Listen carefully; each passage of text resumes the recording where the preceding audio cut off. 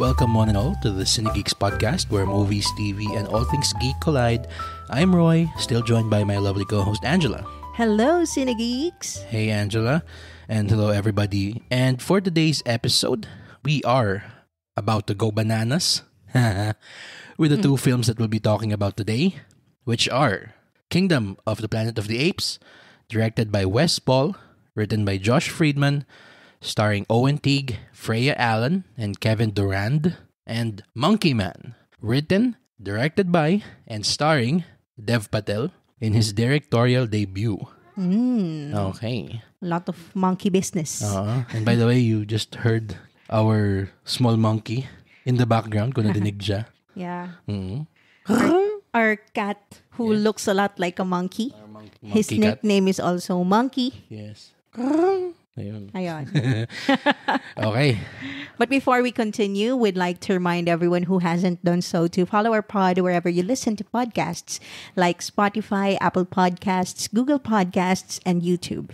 Also, set your players to automatically download our new episodes so you don't miss out on our fun Cinegeek conversations. Please don't forget to follow us on Instagram, TikTok, Facebook, Threads, and X, aka Twitter, so you can join in on the Cinegeeks conversation. Also, visit our website, www.cinegeekspod.com, for the latest in movie and TV news and reviews. Okay, so with all of that out of the way, let's go ahead and talk about Kingdom of the Planet of the Apes.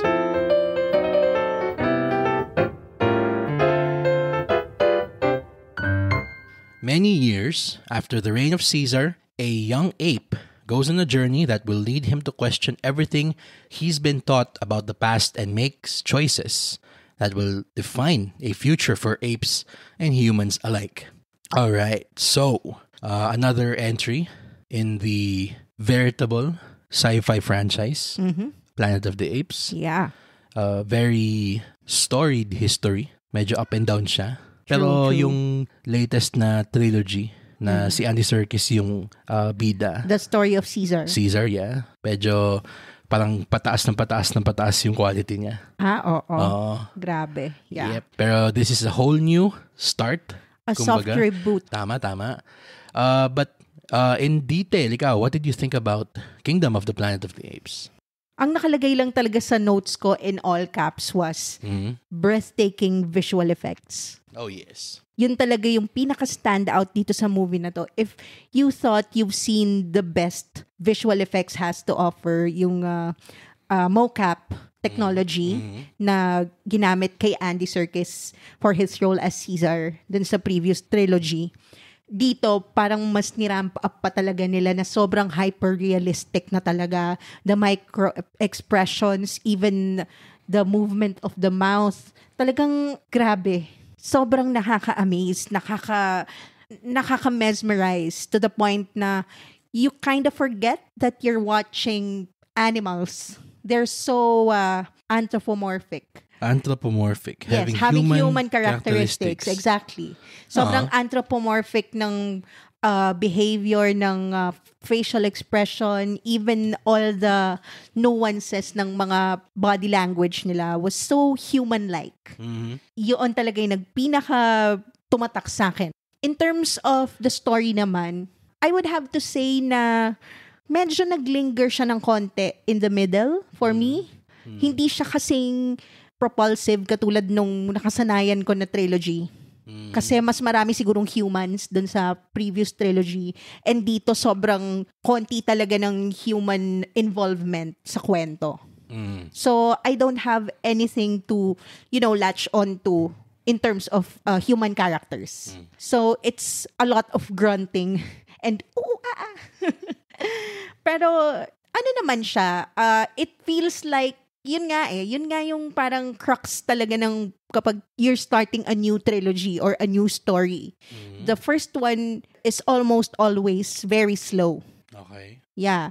Katulad ng The Fellowship of the Ring. Sobrang setting the table talaga. So setting the stage to the grander scheme of things. Parang ganon. You're just being introduced to this world. So world building, characters, there are a lot of tribes or clans in this story and a new landscape altogether. So, kinikilala mo siya ulit, nangangapa ka ulit in this new world that we are entering. So, it feels kind of slow. Wala pa yung action, wala pa yung exciting part. Yun lang naman yung na-feel ko. And sobrang konti pa kasi ng characters. I'm sure na mas magiging intricate yung web of plot niya sa mga susunod na movies. Pero this one feels so simple, so basic. Okay. But it's understandable since it's the first one. Okay. What about you? Yeah, I will have to definitely agree na yung special effects dito is the best, one of the best if not the best use of mocap yet. Yung naggumawa nung special effects for the previous trilogy, yung kwento ni Caesar, which is Weta FX, formerly known as Weta Digital. So sila ulit yung gumawa nung mocap and the rest of the visual effects for this film. They have outdone themselves. There are times na yung sobrang I had to catch myself and remind myself na I'm not watching real apes on screen. Kasi sa sobrang yung hyper-realistic niya talaga na pagkakagawa, even yung sinasabi mong yung anthropomorphism that seeps through the visual effect, credit din doon sa acting nila Owen Teague and nila Kevin Durand. Yes. As si Noah, yung protagonist natin, and si Kevin Durand, yung si Proximus Caesar. I'll get to him in a moment. Pero yun grabe yung pagkaka-develop nung realism ng apes, kasi may yung parang first part dito sa movie na to involves a whole lot of devastation. And I'm not gonna go into detail, so kung hindi nyo pa napapanood, you just go ahead and watch it for yourself. Pero nakadagdag doon sa bigat ng emotion watching that scene, yung parang my mind playing tricks on me, telling me na I'm watching real apes on screen suffering. Yeah. You know that part I'm talking about? Yes. Yan. Siguro din kasi dahil meron tayong mga animals that we live with on a daily basis, so nakadagdag din yun dun sa parang connection that we feel. Empathy. The empathy that we feel for these characters. Pero yun na nga parang kalahati nun is because of how real they seem, these characters. Dun sa initial thoughts natin ay sinabi natin na may nanalo na nung best visual effects for next year, and unless something comes around that will just knock this off its perch, it's a luck to win best visual effects for next year. You can take this to the bank. You can make a bet right now. Yes. And you'll cash in next March.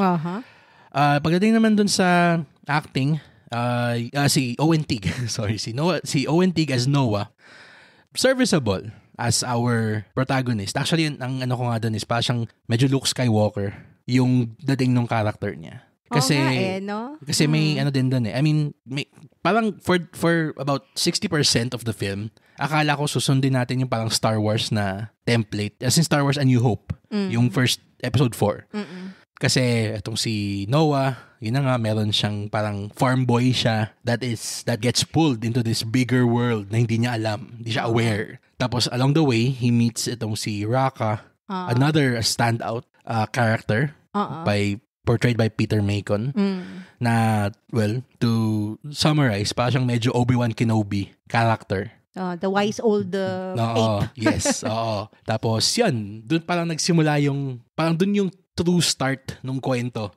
Simula nung nag-meet silang dalawa. Yeah. Yan. Yes, I agree. Tapos, ang ano lang is, na medyo, na after that, medyo nag-falter yung energy niya nung kwento.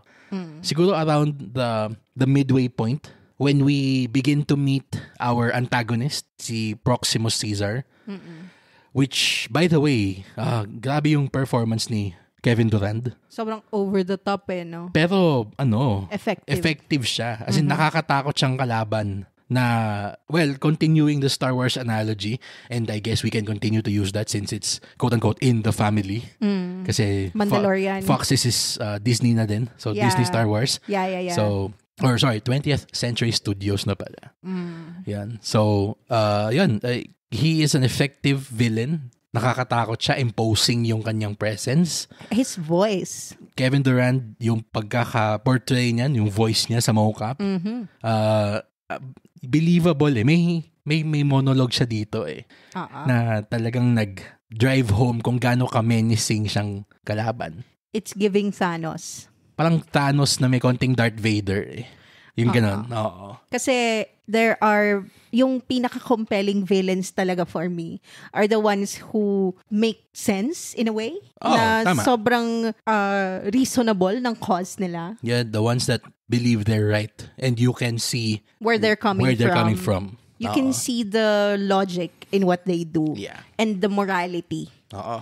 Na there is may prinsipyo meron silang belief system na sobrang established to the point na it's hard to hate them because you kind of respect them. And not to mention sobrang nilang charismatic. Yun din. Katulad yun na nga ito. So si Darth Vader, si Thanos, si Proximus Caesar. Pero yun nga lang, after all these positives, medyo nakulangan ako dun sa kwento. Nakulangan ako dun sa propulsion and yung pacing ng kwento. Kasi yun na nga ito, again, we're not gonna go into spoilers, pero for about 60% of the film, we have this narrative energy that just pushes everything forward. Kasi, siya puro tayo, parang sige, may concept in comedy na basically ang tawag is yes and. Yes and siya kasi in improv, you keep on adding on. Hindi ka parang pag may ka-improv ka, dapat nagbabatuhan kayong dalawa. And continuous dapat. And continuous yung batuhan nyo. Wag kang maggagawa ng or magme-make ng statement that feels like you're finishing a conclusive statement. Yes. Oo. You keep the ball rolling. Yes, kumbaga. keep the ball rolling. Oo. Ngayon, dito sa Kingdom, yung first 60% ng sine, para siyang yung narrative equivalent ng yes and. It's giving you parang question upon question. Mystery box. Parang may answers na nabibigay konti kahit papano. Tapos yung links doon sa previous trilogy. Pinaprovide nung sine. Callbacks. May tether ka. Kasi yun yung alam mong dati. And then we get to this point where someone shows up. And the story screeches to a halt when this character shows up. And it's dismaying because supposedly, this character is very important to the story. Exactly. Yun, nakakadismaya siya. Kasi parang, pwede bang sila na lang yung tignan natin, hindi nakasama to. Kasi nung biglang sinama siya sa picture, biglang, parang biglang nag-drop bigla yung energy, for the lack of a better term. Or parang natapos bigla yung curiosity. Yun. Because you kind of gave it away kaagad. True. Alam mo yung i-relate ko lang dun sa first season ng Lost. Yes. Sige. Na they never really told us anything substantial. That's why we kept getting excited for the answers. Kumbaga yung, it's the anticipation True. Diba? And just like Lost, when we got the answers, it kind of felt like a wet fart. And isa pa, when you give answers, you don't give all the answers. Oo. Pero kasi dito ito din not giving away any details, pero yung, okay, to preface this, we released an episode, a couple episodes back, na yung what our theories are about certain characters, certain plot elements of this film. Yeah. And we came so close, actually. Yun na nga we came close. Ang problema, the movie shut us down. Not in a way na parang, hindi, may better na sagot. It gave us an answer na sobrang meta-joke answer siya. Alam mo yung parang, ayoko namang sabihing sampal sa mukha ng mga nagde-theorize ganyan. Hindi, kasi, I mean, that's the risk we take as nerd fans. Now, when we theorize about stuff, we may come up with possible answers that will never materialize. Tinfoil theories. So, pero kasi, tayo naman, we take pride in the fact na we theorize based on existing information. Yeah. Hindi tayo humuhugot ng from nowhere. Oo. Ngayon, yung pagkakasettle nung big question about who this character is parang basic. Oo. Sobrang simplistic, no? Sobrang simplistic na nung explanation ng kung sino talaga siya. And 2, parang yung binigay niyang morsel of information before the film came out. The movie then goes on to explain na it's a throwaway meta-reference. Yeah. Na parang, we always say that for stuff like that. Parang ganun siya. Parang, nung moment, parang, anticlimactic no? Oo. That's the feeling. Oo, okay. So, yun. Na yun, parang, you could have been a little more creative. Oo. Sa mga twist and sa surprise na plot lines. No? Tama. Kasi, eto pa. Tapos, buti sana kung eventually malalaman mo na importante pala talaga siya to the bigger picture of wherever this, trilogy, this new trilogy is going.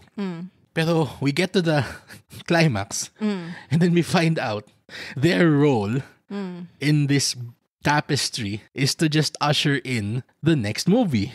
Yeah. Diba? But I'm kind of holding on to hope pa rin naman. Kasi this is first of 3 and hopefully. we may not know where they're planning to take the story. So, ayoko pa munang mag-conclude. Like you said, yes, and, diba? I don't wanna conclude on just one movie out of 3. This is a continuing story. Kaya, let's see kung anong mangyayari sa next. Oo. Pero I think it's fairly successful naman. Nakakadismaya lang kasi parang itong character na to, sabihin natin na parang naging plot point na lang siya. Hindi siya talaga naging fully formed part ng kwento. They were just there to get this thing. And then, it's funny because this thing is not even alluded to at all during the movie. Ang hirap mag-discuss ng Ang hirap. Walang spoilers. Kasi sinasabi lagi niya itong character na I have to get to this place to get this thing that can help the humans parang regain their footing. Okay, sige, fine. And then we get to that point na they got this thing and then this thing isn't even parang something na tangible right in this movie. Yun yung siya. Yun yung panghinayang eh. Alam mo, meron akong theory Parang naiisip ko tuloy, parang it's trying to be Rogue One before the trilogy talaga. Gets mo? Hindi, ang Rogue One kasi, isang buong kwento siya. Alam natin kung ano yung kukunin natin doon sa Rogue One. Pero kasi, mas satisfying yung Rogue One kasi alam na natin yung trilogy na nangyari after nung Rogue One. Exactly. So, bakit sila gagawa ng Rogue One? Wala naman silang papuntang original trilogy. Unless, gusto nilang gawin na parang soft reboot siya, pabalik doon kina Charlton Heston, na ganun ulit. O sige, space tayo ulit. Aantayin natin yung mga astronauts bumalik. What if yun talaga yung plano? Pero yun na nga para siyang, so anong nangyari tuloy? Parang commercial tong scene na to for the next film. Oo, parang 0.5. 0.5. Diba? Doon ako na nadidismaya kasi ang ganda na sana nung base, nung kwento. The special effects are second to none, as in talagang the best in the world. And then the actors that you get, some are surprise appearances, admittedly. They're the best in their field. Yung iba. Yeah. And then they're let down by a story that essentially is a commercial for the next film. Doon yung nakaka-sadden sa akin eh. True. Pero yan naman talaga ang sakit ng sequelitis eh. Pero ang sinasabi nila is this is the start of a new story, a new era. So this is the trailer of the next movie. So talagang tinake to heart nila yun. Literal na we just saw a 2-hour trailer for the next film. That's how sequels work. Well, akala ko ba soft reboot ito? So parang hindi pa rin pala siya maka-escape doon sa shadow nung Caesar trilogy. Sequel pa rin siya. What can you say ba about the story of Noah? Yun na nga Ang ganda sana kung doon tayo nag-focus sa kanya eh. Kung nag-focus talaga tayo doon sa hero's journey niya na he starts out naive, he sees the bigger world, he experiences loss, and then he gets thrust into this bigger conflict, and then essentially ang ending niya is back to the status quo siya. Pero ito just hear me out. Sure. Sige. Baka naman maling trilogy ng Star Wars yung tinitingnan natin. Maybe it's not the original trilogy. Maybe it's Rey and Kylo Ren. Kasi dalawa din sila eh. This is the 7, 8, 9. It's not the 4, 5, 6. Like you think. Do we really want to compare it to 7, 8, 9? Kasi nga, di ba? We're following Noah and May. So, that's Rey and Kylo Ren. Kasi sa 4, 5, 6, si Luke lang naman yung bida eh. Ito na lang, sige. If that's how they end up doing it, then good luck to them. If they end up making a better movie for the second part of this trilogy, then good luck to them. Pero ang sa akin lang is, it's so, I don't want to use this word, when reviewing a film, but it's so annoying when films are used as commercials for the next film. Yun eh. It's something that Hollywood is increasingly becoming dependent on. Yung parang ano yung last yung Transformers, yung Rise of the Beasts. Yung last one bago itong Transformers 1. So tinan mo, nireboot na nga nila agad kasi alam nila na walang mapupuntahan yung pagkatas ng Beast Wars. Kasi hindi nila sinet up na matino. Wala yung kwento dun tungkol dun sa ano mo yung kaya siya Rise of the Beasts kasi lumabas lang sila bigla sa gubat. Tapos yun na. Hindi sila yung you're not watching a story with a proper beginning, middle, and end. Because you go into a film, you want to watch something na may beginning, middle, and end. True. You don't want it na beginning, middle, and then tapos yung sine, wait for the end, then sa susunod na sine. That's ano eh. Ito, take our word for it. Go see this film pa rin. Kasi I'm pretty sure na many people who will enjoy this. Oo, talaga. Hindi ko sinasabing pangit tong sine ha. By no means. Please, don't take this as parang this is a bad film. No. The craft behind this film, the artistry is top-notch. Impeccable. Wala akong masabi doon. Yeah. Pero, yung utos sa taas, for the lack of a better term, yung utos sa taas na dapat meron tayong quote-unquote bigger picture. You can create a bigger picture narrative with multiple films na merong beginning, middle, and end. Bawat isang sine. And may substance pa rin yung story na kinukwento. Oo.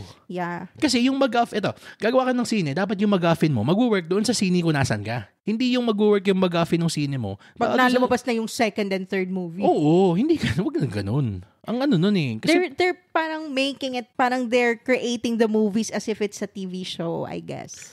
And then they're creating TV shows as if they're movies. Yeah, ngayon. That's the irony. Yeah. Diba? Kasi parang kapag sa TV shows kasi, syempre, you don't give anything away. Episode 1, dapat introductions pa lang. Kasi kailangan, panoorin mo yung episode 2. So, they're banking on cliffhangers and, ushering in the next episodes para you keep watching. So, siguro, ganun din yung strategy nila dito. Parang, wala pa dito yung kwento kasi kailangan panoorin mo yung susunod. And being completionists that we are, we will watch it. Pero, yun nga, in the grand scheme of things and looking at the bigger picture, parang wala pa naman talaga siyang naiambag dun sa entire narrative, 'di ba? Nitong bagong trilogy na to. It just introduced the characters that we're gonna follow. Parang ganon. And it's so sad kasi this film was written by the one who wrote yung War of the Worlds ni Spielberg. Adaptation na lang naman yan eh. I mean, remake yun eh. Sure, let's go with that. Pero it's still a story na may beginning, middle, and end. Pero ang War of the Worlds is not intended as a trilogy. I guess. So they went and told the story as a whole in one movie. Yes. Ang difference nito, they're stretching it out. Tama ka, yun yung sakit ng writing ng Hollywood ngayon.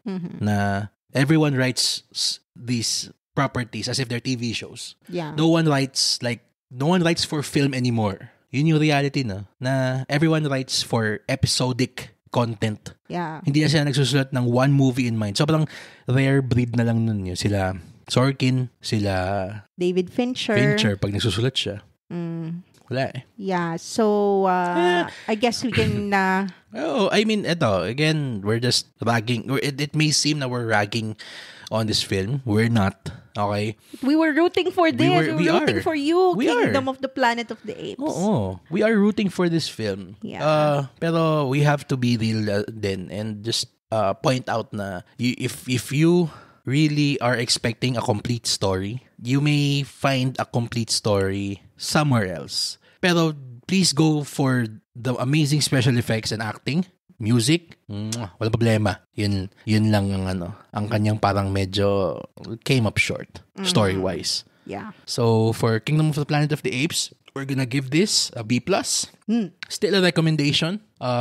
Yeah. And I think ma-enrich pa and ma-elevate pa tong Kingdom of the Planet of the Apes when the next chapters, drop. I'm pretty sure. Yeah. And then we'll look back to this movie na mas ma-enrich niya yung buong trilogy. So that's it for Kingdom of the Planet of the Apes. Medyo fired up pa tayo sa scene na to for reasons. Still, just go see it. It's worth your time. Pero may mga reservations. Yan. Yun yung masasabi lang namin. Let's now go over to the second film we'll be talking about today, Monkey Man.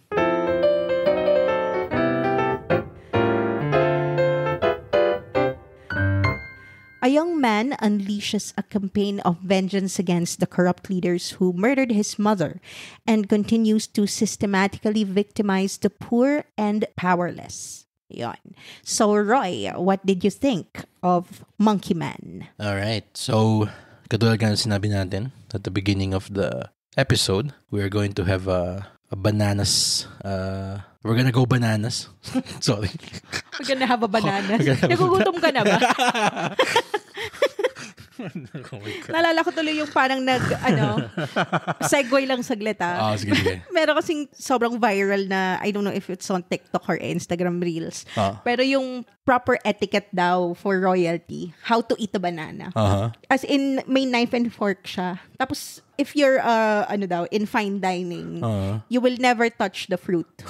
So, i-cut mo yung mga, yung ends, both ends of the banana, and then you slice it ever so lightly. Yung gitna. Yung balat. And then you peel it, and then you cut it. Just kumati, Joseph. Saka kailangan maliliit lang yung mga slices mo ng parang, sabi ko, hala, yung normal na pagkain ko ng saging, isang subuan lang. Kailangan daw pag British is proper. Yeah. Ang pagkain ng saging. We've all been eating bananas wrong. Yeah.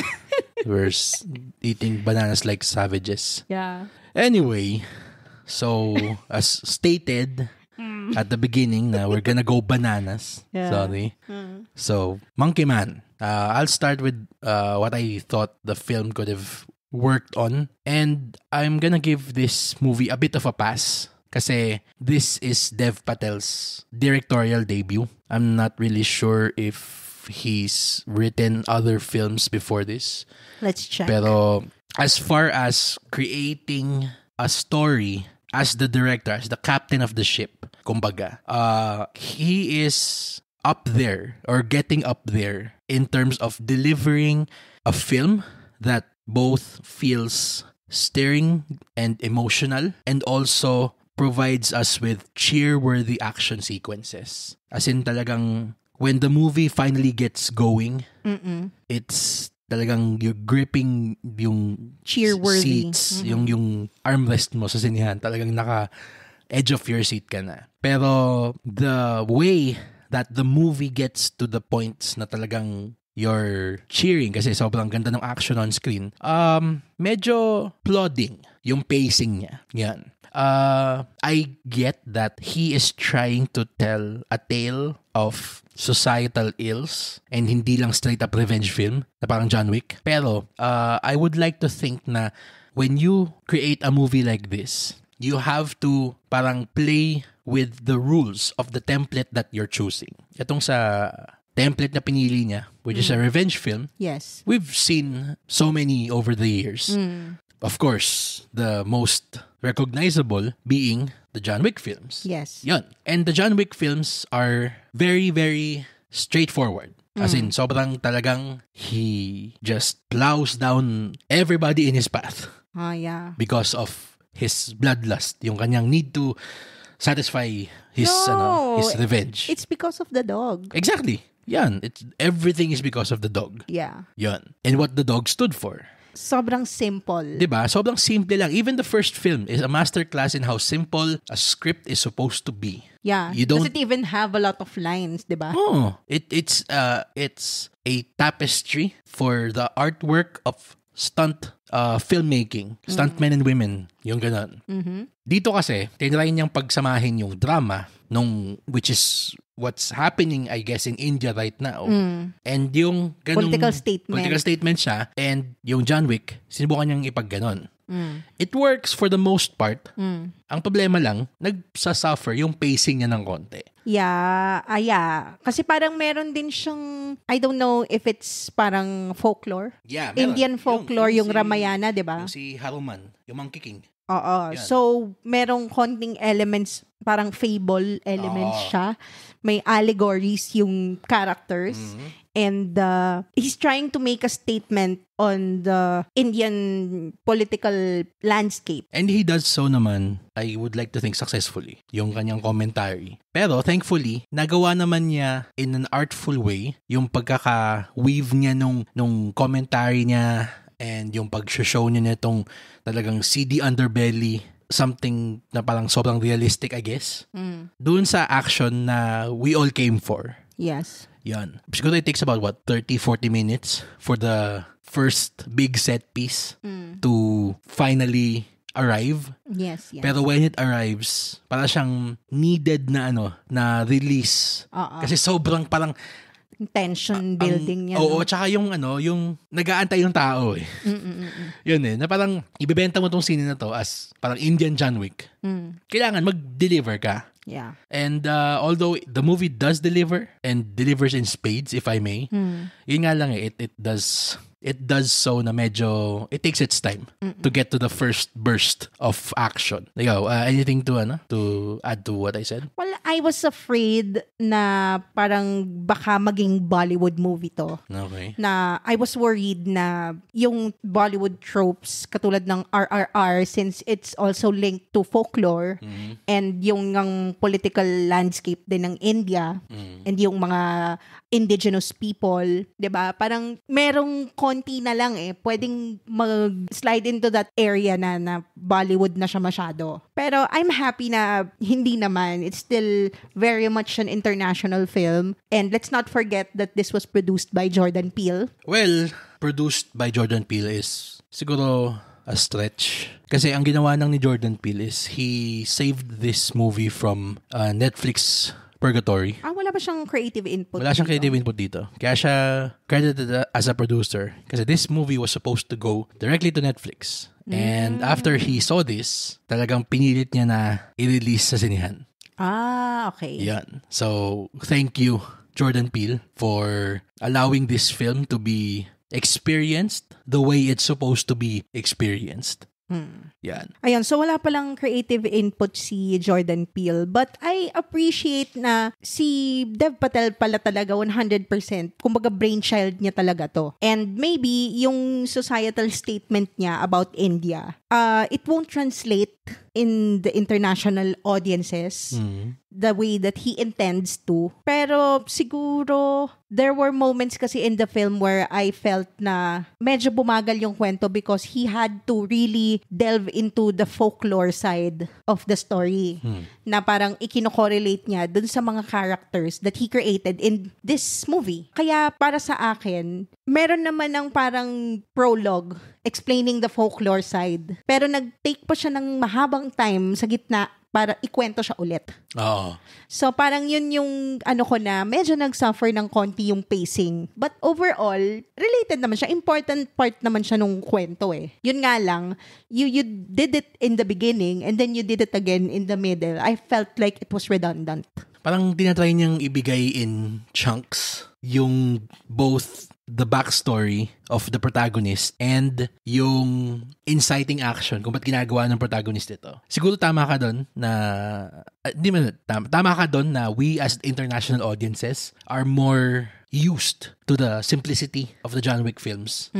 And any other revenge film for that matter na the why is dispensed with at the start. As in talagang why is our protagonist, I won't say hero kasi hindi naman din lahat ng revenge film justified yung ginagawa. Yeah. So the why of our protagonist is explained immediately. Yes. And then we jump head on doon sa lahat ng gagawin niya because of the vengeance that they want to dispense. Yan.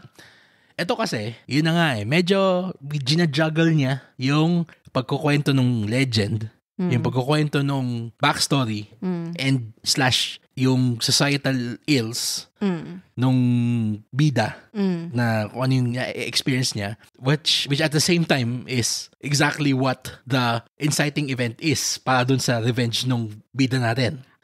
So, tama ka na medyo unwieldy yung pagkaka-place niya nung nuggets of information. May mga times na biglang titigil yung propulsiveness nung scene. Kasi bigla tayong magpo-flashback. Tapos, may big action sequence. Tapos magpo-flashback. Yun. Tama. Parang anime lang. Yeah. I guess, immeasurable na yung anime influence in everything. True. Pero ayun nga, I mean, I respect the significance of folklore in his story. It's his story. So, everything is intentional with purpose. And I can only hope for improvements. Kasi, alam mo yung ando na, ang laki-laki ng talent ni Dev Patel na debut film niya. First solo writing credit niya. And he also stars in the movie. Tapos siya pa yung nag-direct. Story credit, solo. Pero meron din siyang co-writers ng screenplay. Paul Angunawela and John Colley. Pero yung story is entirely his. Yes, that's right. Alam mo yun, he can only go up from here. So, I'm excited to see his next projects kasi this was quite an impressive first project. Oo. And again, when the action is on screen, talagang kita mo yung kanyang eye for shooting. Sabihin natin na hindi pa siya yung parang kasing linis ni Chad Stahelski mag-shoot and mag-stage ng action sequences. Pero kasi iniisip ko din yung kanina na parang bakit nagagawa nila ng malinis and ito medyo hindi ganun kapulido. Then na-realize ko na yung mga John Wick films, tuwing maggagawa sila ng isang John Wick film, it's basically 10 months of everybody's time just devoted to doing that. Perfecting the choreography. Oo, the talagang, talagang by month 7 siguro kahit nakapikit silang lahat, alam na nila yung choreography nila dun sa sine. Yon, kaya sobrang fluid, almost ballet-like nung kanilang galaw. And it's perfection that we're seeing on screen with these stunt men and women involved.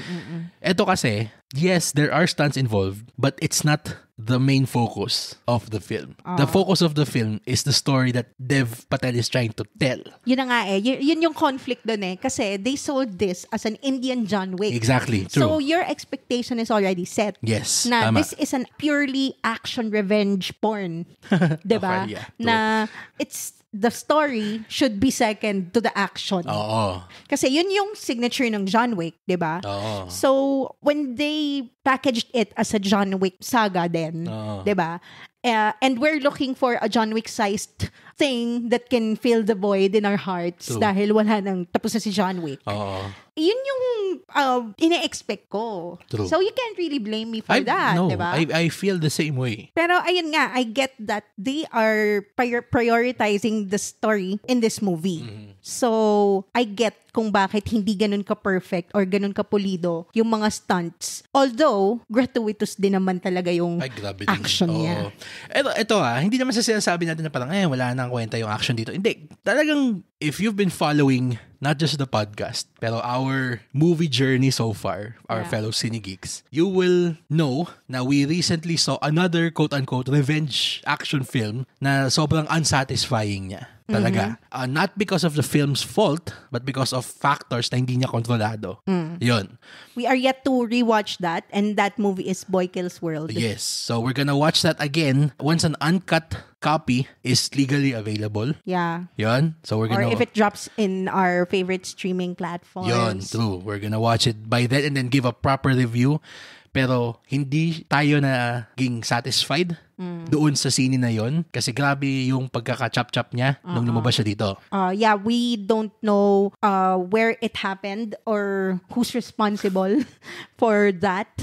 Yeah. Pero yeah, we can't really, can't really say our opinion on a movie that is incomplete. True. Kaya, ganun na lang yung parang expectation. And I would say, being truthful, yung parang instant adulation natin para din sa scene na to. Kasi parang nasatisfy yung ilang linggong pent-up nating bloodlust nung pinanood natin to Monkey Man.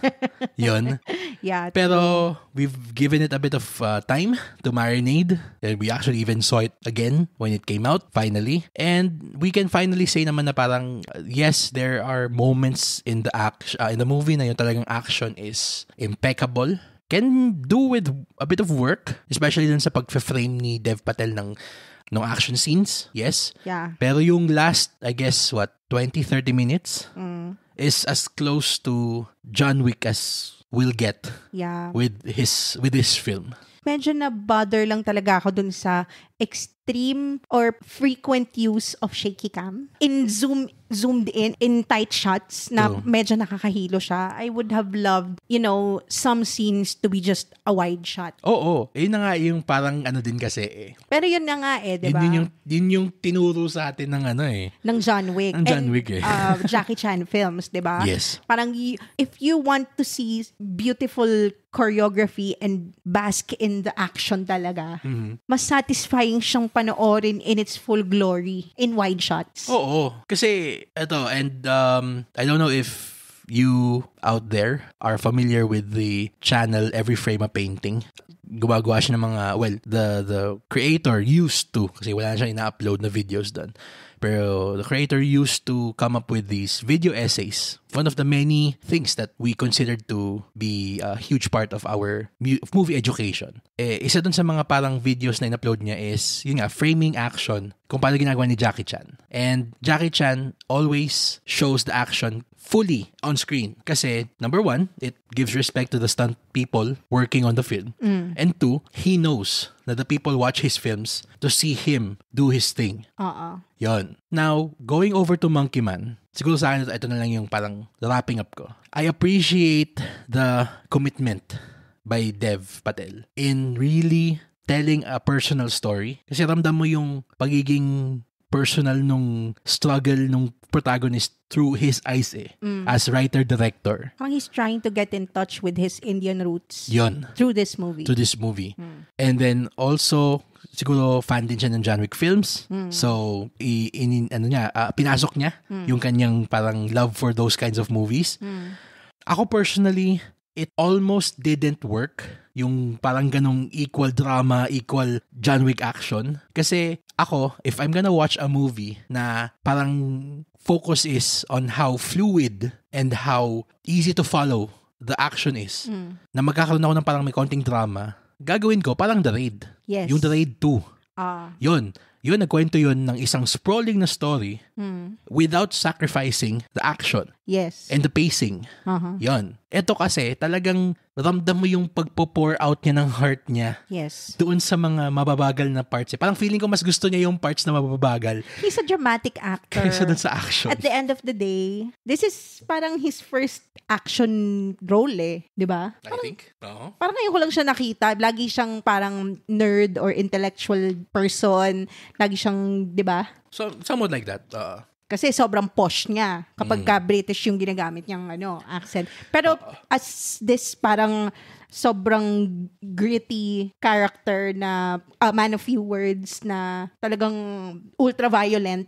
Parang ngayon ko lang siya nakitang ganun. He pulls it off naman yung drama and action. Kasi grabe din yung commitment niya dun sa mga scenes na siya yung gumagawa talaga ng stunt niya. Oo. Bang klase din talaga. Pero this is a directorial debut. I'm pretty sure na if he decides to make another film like this, he's gonna improve upon it. So for Monkey Man, we're gonna be giving this a B+ as well. Okay? Both films we talked about today, highly recommended. Yes. Okay? So let's go over the next part of this pod.